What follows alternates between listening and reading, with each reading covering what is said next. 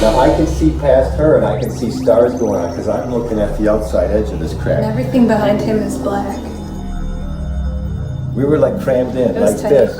Like this. We're like this. I hate PDA. Okay. Well, so this is just reenactment. I wasn't allowed to see much.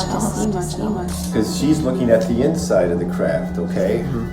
So I'm watching these stars go by and I'm seeing Philly smiling at me. She's thinking, I can't believe this is going on.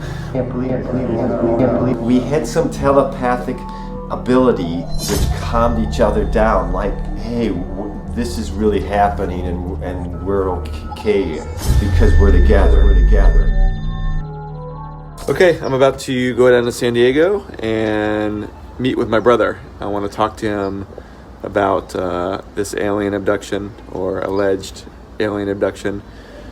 See what he thinks about it. He's one of the smartest guys that I know, and he tends to scrutinize absolutely everything that I do, so I'm sure there'll be some heavy scrutinizing going on in San Diego. I have no clue if he even believes in aliens or any UFOs or anything like that. So we grew up in New Mexico, right? Which is like the home of aliens. Yeah. Area 51, yeah, Roswell. True. Yeah, that's true. Right? It's like if anybody knows about aliens, it should be us. Right? No. All right, you ready for this? There's a couple from Wisconsin that say they've been abducted by aliens. Okay. Do you believe in aliens? I believe in that there's life on other planets. I'm not sure I believe in aliens. Do you think it's possible that two people can be pulled out of a moving vehicle and brought onto a spacecraft? I wouldn't think it's particularly likely. Here's the dilemma that I think lots of people who you would ask this to would be in. And the dilemma is there probably is life somewhere else in the universe. If you think about just the sheer number of galaxies, okay, and you think about the odds of it, yeah, I think the conclusion is probably somewhere. So the problem is if you go from that, which is that there might be, and you ask the question, well, do you think somebody got abducted? Then you start to think, no, probably not. That seems kind of weird and far-fetched. But if there is the likelihood of life somewhere else, maybe it's not as impossible as you think, which makes me feel like a total loon to say out loud. My brother does have a point. You know, if there really are like that many stars, that many galaxies, maybe this isn't so crazy.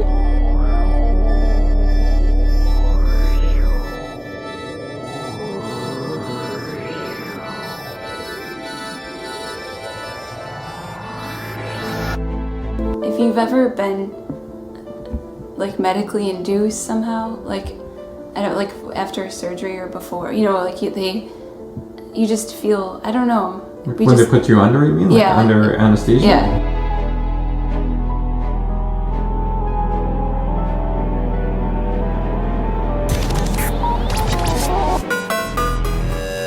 Did you pass out?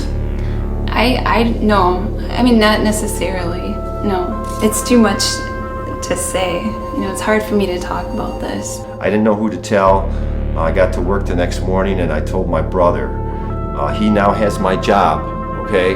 They had secret meetings, I'm out of the company, okay? You know, so you ask me, oh, I don't believe you. Well, my whole life was wrecked for me, so screw, you don't have to believe me, okay? You just have to help us tell our story, okay? All right, so I just got a text message from AV in Philly. They were back in the hotel, and the text message basically telling me to educate myself on the new Pentagon released footage and documents, I guess, that the government just recently released. Maybe they feel like I haven't done my due diligence and I'm asking them stupid questions. I don't know what it is, but I'm gonna dig around YouTube and Google and see what I can find. Because UAPs pose potential flight safety and general security risks, we are committed to a focused effort to determine their origin. And is this one of the phenomena that we can't explain? I do not have an explanation for what this specific object is. In this newly released intelligence report, it mentions about 144 sightings of flying objects that can't be explained. For too long, the stigma associated with UAPs has gotten in the way of good intelligence analysis. Pilots avoided reporting or were laughed at when they did. There's footage and records of objects in the skies that we don't know exactly what they are. With all the lights and it was spinning and it just and took off and everything happened in less than 5 seconds and we all looked at each other and was like, and I know that it was a UFO. I don't care what anybody says. I'm over there talking to my wife and she's like, what are you doing over there? Are you telling us you don't want to do this? What are you telling us? No, I'm not saying that I don't want to do it. I'm just saying that, like,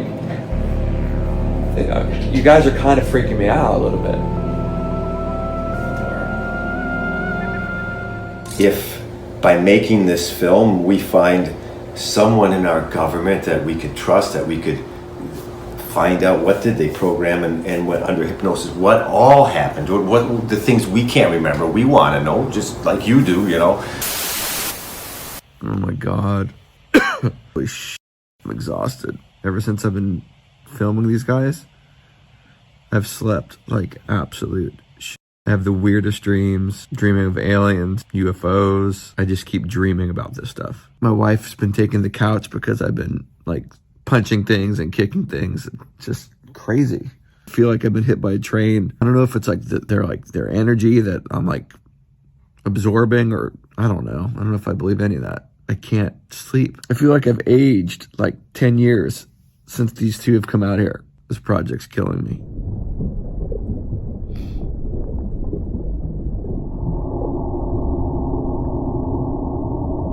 I know the people that things like this have happened to will believe, okay?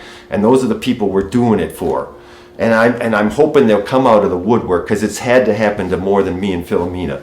There are going to be people who believe this, and then there's going to be people who can help us, and there's going to be people who can bring this to light. If you don't believe it, it's fine. You know, we don't have time for people who don't believe. You know, we want to find the people that can help. It changes a lot of things on this planet. It's just no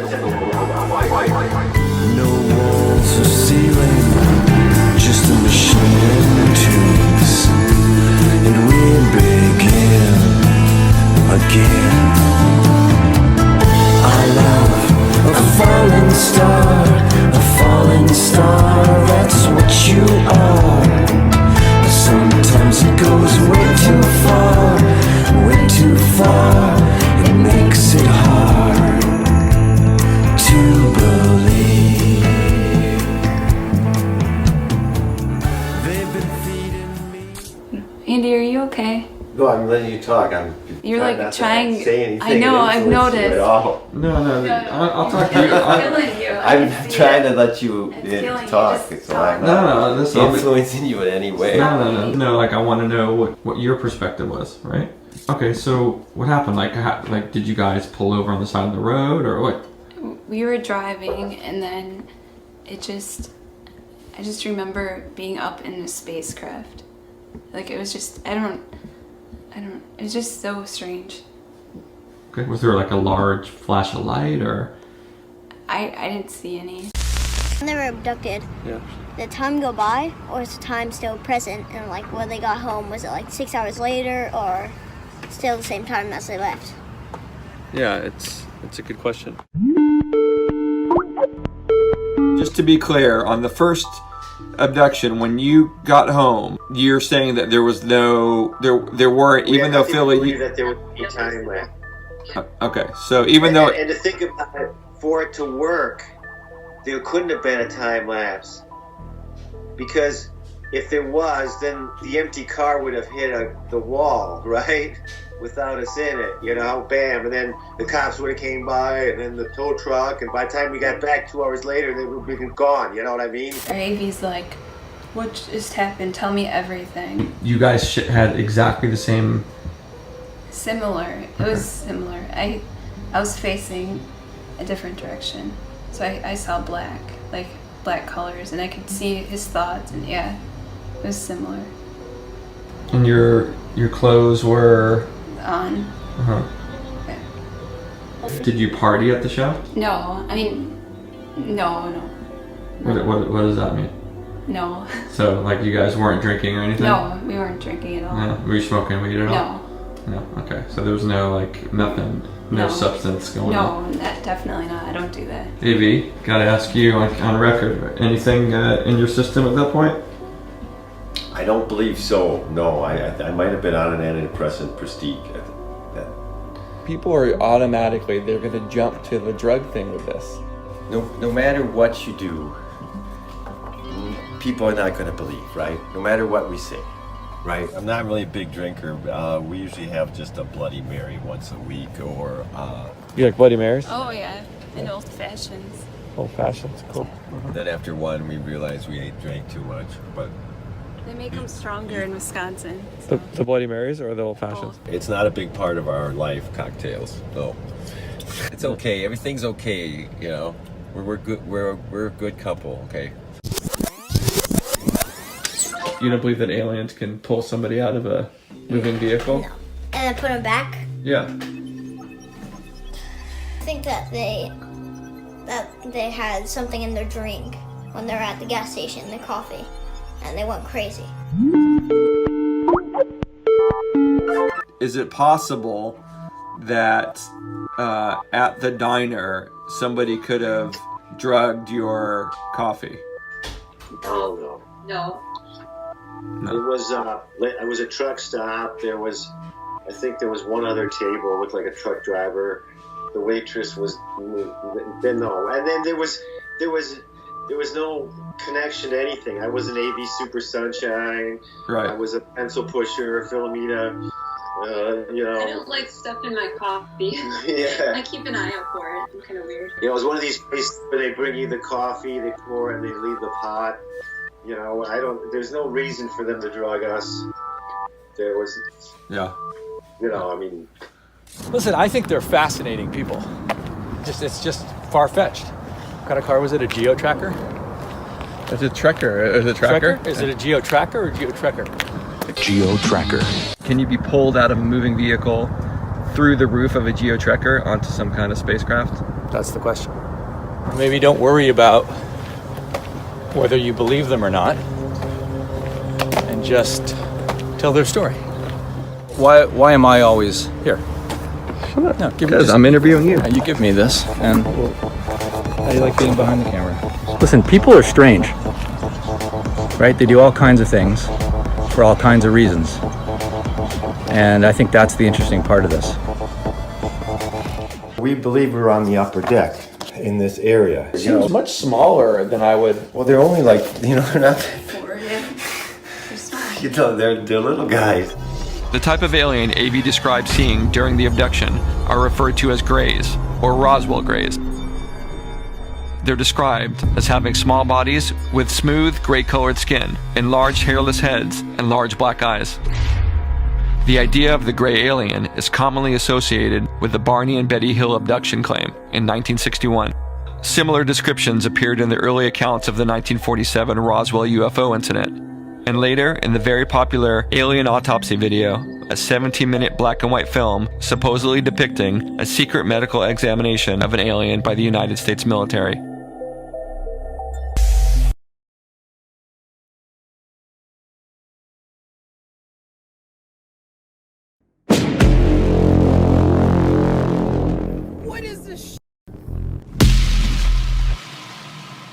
Now it's not showing up in my camera.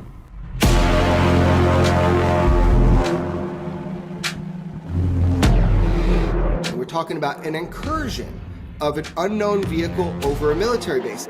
Oh my God, they're coming down!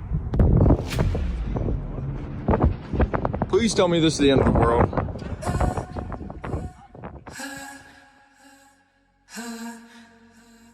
UFOs are real. Our government has told you that much. They said that there are machines, we can't duplicate their technology, and we don't know where they're from. There's no sticker, there's no tag that says made in China, made in Russia. We don't know. Here's the basics of it, man. One of the largest military bases on planet Earth, it's called 29 Palms out of California. It's a Marine base. Within 36 hours, I was able to find that there were 50 plus witnesses that claim to have seen a triangular shaped craft that was hovering over the base silently It was not descending. It was just a craft. And when I saw the first images, it was kind of like black footage because you're filming at night on iPhones. And I was like, oh, those are probably flares. No problem. However, everybody was reporting to me that they saw the body of a craft. This is what we're looking at now. It's an interesting photo because with the low light function of the iPhone, you're able to make out what appears to be the actual shape of what was described verbally to me by some of these witnesses who went on record, by the way, and we played that audio on the Weaponized podcast.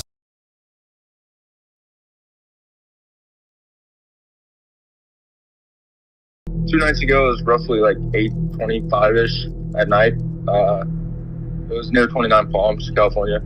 So I don't know if you're familiar with the base at all, but Camp Wilson is attached to 29 Palms. It's like a one-way road in and out of the camp. One of my buddies was outside, and he was looking in the sky, and then it just kind of appeared out of nowhere. And we all came out and looked, and then slowly, like 50-plus people started coming out and looking. Those lights appeared out of nowhere. Obviously, a lot of people saw this. What did people think? They were just kind of like baffled. Nobody could recognize it. I mean, we're all in the military, so you'd think we'd... This happened in a number of places. I've got reports from other people. They're coming in. The video you sent me, was that yours? Yes, that was mine. That was from my iPhone. And the photo, was that a still photo or pulled from the video? It was a still photo. If you look in the picture, you can see like a black triangular shape. Why are these not flares? Because they stayed there for a solid 10 minutes, just in the same spot.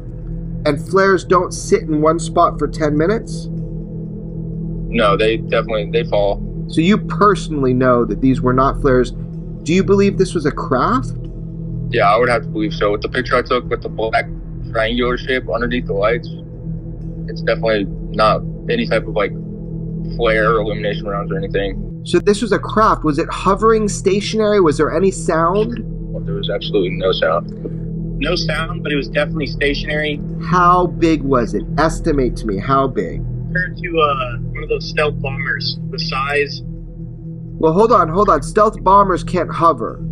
Exactly. That's why I can compare it to that, but that's how I know it wasn't that. I would say the size of like 3-bedroom house.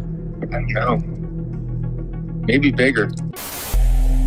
When it's depicted like in films and stuff, like there's these giant spaceships.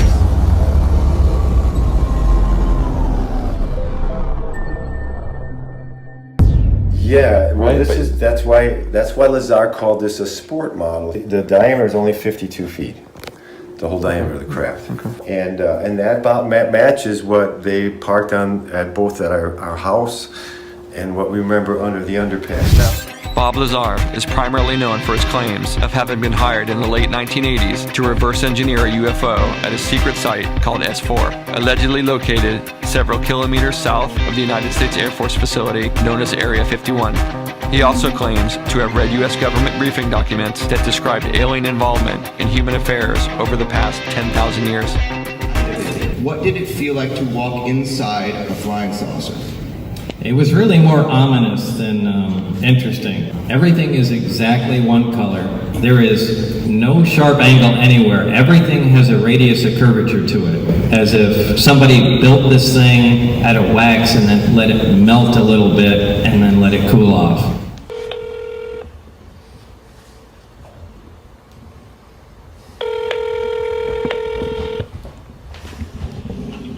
United Nuclear, this is Zach. Hi Zach, how are you? Doing well. Is Bob there by chance? No, he is not. Okay, maybe you can help me. I have a couple here that I'm doing a documentary on, and they were abducted by aliens in a sport model. They know all about Bob, and I know a little bit about Bob, and it would be amazing if we could get a little bit of information and some clarifications on like the sports model and what could have possibly happened. He doesn't really offer comment on that anymore. You're not Bob, right? No, my name's Zach. I know I sound just like him, but I can assure you I am not Bob. Oh, okay, yeah, you sound just like him, Zach. It's crazy. Yeah. Yeah. I get that all the time. So, yeah. Is there a way that, you can talk to them for a second? No, I really have nothing to offer. As I said, what you really want is Bob. Yeah. Bob doesn't really speak on this matter anymore. You say Bob doesn't want to talk about it. We know we don't like talking about it. It really brings up some bad memories and stuff. And we've looked on the internet. We can't find anybody who had an experience like us. Nobody. So it's scary for us too, okay? I can appreciate what Bob's gone through because we're going through it too, man. So, we're looking for a little bit of answers. He might be. We've been on a sport model, and it's everything he said. We experienced that way that craft moves. Maybe he wants to help people like us. Maybe he doesn't. He doesn't necessarily have to be in a film and have a comment on it. But maybe there's a hug we could give each other someday. We'll let you go and have a great day. All right, you as well. Okay, thank you. Bye now. And it was Bob. Yeah, people tell me I sound like him. You think that was him? Yeah, that was Bob. So, Amy, you actually think that was Bob? Yeah, that's Bob. So I woke up this morning thinking about the voice of Zach sounded so much like Bob Lazar. Bob Lazar has such a distinct, quirky voice. It's eerily close to the Zach voice. I had to do my own audio analysis to test the theory that we were actually talking to Bob Lazar and not Zach. So I'm first going to play you a piece of Bob Lazar on the Joe Rogan show, just to get you familiar with his voice. So here it is. That prevented me from continuing on in the project. That to be on that cutting edge of technology is so alluring to me. So now I'm going to replay you the piece of AV and myself talking to Zach. No, I really have nothing to offer. As I said, what you really want is Bob. Bob doesn't really speak on this matter. No, my name's Zach. I know I sound just like him, but I can assure you I am not Bob. So now what I did was I put a vocal effect on the Bob Lazar Joe Rogan piece to make it sound as close to a telephone effect as possible. This will give you a better idea of how close those voices really are. Now here's the real Bob Lazar. That to be on that cutting edge of technology is so alluring to me. So Zach. No, my name's Zach. I know I sound just like him, but I can assure you I am not Bob. Bob Lazar. That to be on that cutting edge of technology. Zach could be Bob Lazar.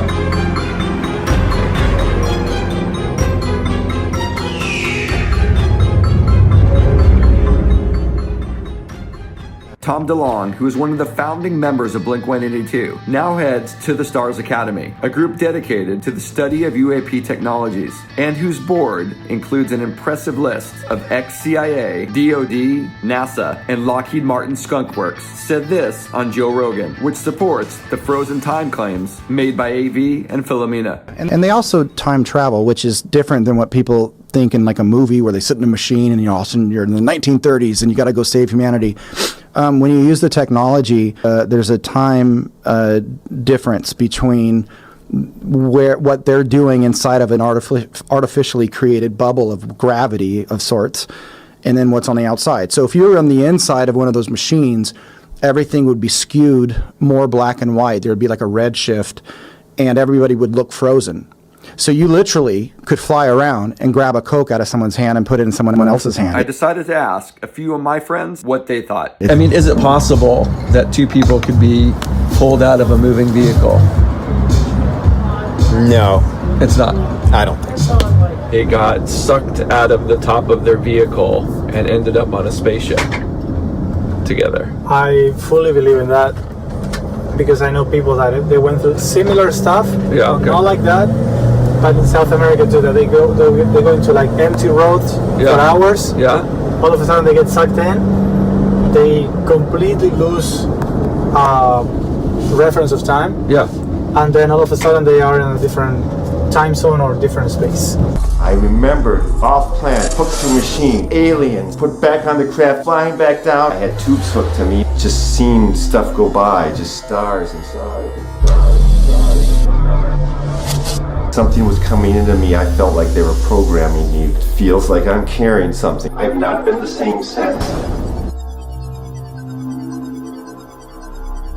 you're here and he's here, and then you're just looking past the camera. I don't even want to say what I'm thinking, but like what I'm thinking is like, I mean, it probably didn't even happen. Is what I'm thinking. You know what I'm saying? That's what you can think. I didn't even say anything. I'm not telling her what to say. We were in a car. But you are. Something happened, and then we were in a car again. So you need to tell her from the time we were in the car, coming to a bridge, and blacking out. She mentioned nothing about a bridge. And then she tells you later the concert ended at 11:15. The restaurant we went was a half hour away from the concert venue. We didn't even get there, according to her story, till 11:45, which is probably right. And I said we left sometime after midnight. And so the abduction happened on the next day. We just need to talk it out, and I'll go talking disappear. about it means corroboration. No. And that's not what we want to do. If you say, Philomena, tell me, from the time you left the diner in order, everything that happened in the order you remember it, then you're going to get it. But No, I won't get it. Because there's no mention of like any underpass, there's no mention of I'm like... not as detailed as Andy. If I rewind this, you'll see that she says she doesn't remember almost anything. I wasn't allowed to see much else. You can't give her the answers, bro. I'm not giving her the answers. Okay, but you're... Am I giving her the answers? There's no answers I'm giving her. I'm just telling her to tell her from But why are you afraid to? Because I don't want to be perceived a certain way. People already don't like me. This is coming across as you're panicked that the lie is up. There's no lie. I know, but that's what it feels like, right? It's like, oh my God, like you guys committed murder, and then all of a sudden, she's like, well, You want me to get into a panic attack? So no, I don't. No, I don't. Actual panic attack. Nobody wants you. Go for a walk, and I'll talk to her, and then I'll. Okay. Walk, whenever it comes out, comes out. Okay. Please just tell them everything you remember. Okay. Bye.